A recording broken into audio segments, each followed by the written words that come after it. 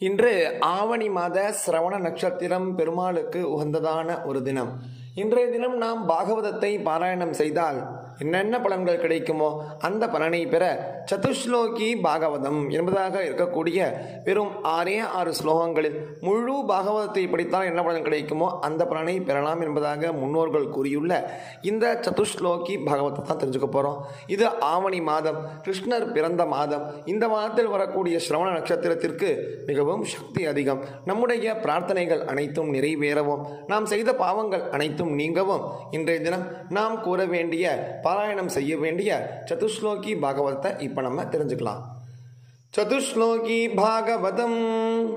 ஸ்ரீ பகவானுவாச்ச ஞானம் பரமகுஹ்யம் மே யத் விஜ்ஞான சமன்விதம் சரஹஸ்யம் ததங்கம் ச கிருஹாண கதிதம் மயா யாவானகம் யதா பாவோ யத்ரூப குணகர்மகः ததைவ தத்துவ விஞ்ஞானமஸ்து தே மதனுக்ரகாத் அகமேவாசமேவாக்ரே நான்யத்யஸ்ததசத்பரம் பச்சாதகம் யதேதச்ச யோவசிஷ்யேத சோஸ்ம்யஹம் ரிதீர்த்தம் யத் பிரதீயேத ந பிரதீயேத சாத்மனி தத்வித்யாதாத்மனோ மாயாம் யதா பாசோ யதா தமஹ யதா மகாந்தி பூதானி பூதேஷு ச்வாசதேஷ்வனு பிரவிஷ்டாண்யப்ரவிஷ்டானி ததா தேஷு நதேஷ்வகம்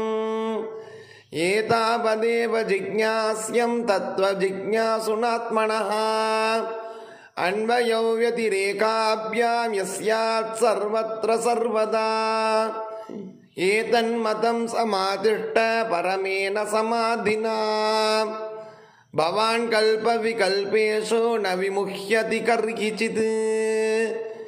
இது ஸ்ரீ சதுஸ்லோகி பாகவதம் நாம ஸ்தோத்திரம் சம்பூர்ணம். இந்த ஸ்லோகத்தினுடைய சாரமான அர்த்தங்கள் என்ன அப்படின்னா, பகவான் கூறுகிறார், நான் மட்டுமே முன்பு இருந்தேன். காரணம் மற்றும் விளைவுக்கு அப்பால் வேறு எதுவுமே கிடையாது. பிறகு எதுவாக இருந்தாலும் நானே. எஞ்சி இருப்பதெல்லாம் நானே. பொருள் தவிர உணரப்படுவது சுயத்தில் உணரப்படுவதே இல்லை. ஆன்மாவின் மாயை இருளை போல மாயை என்பதை அறிந்து கொள்ளுங்கள். பெரிய மனிதர்கள் உயர்ந்த மனிதர்களை பின்பற்றுவதால் மற்றவர்கள் உள்ளே நுழைந்தார்கள். அதனால் நான் அவற்றில் இல்லை.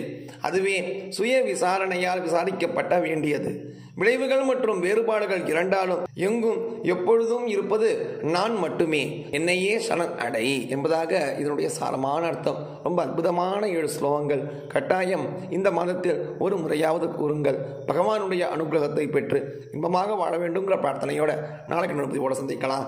ஜெய ஜெயசங்கர, ஹரஹர சங்கர, மகாபிரிவா போற்றி.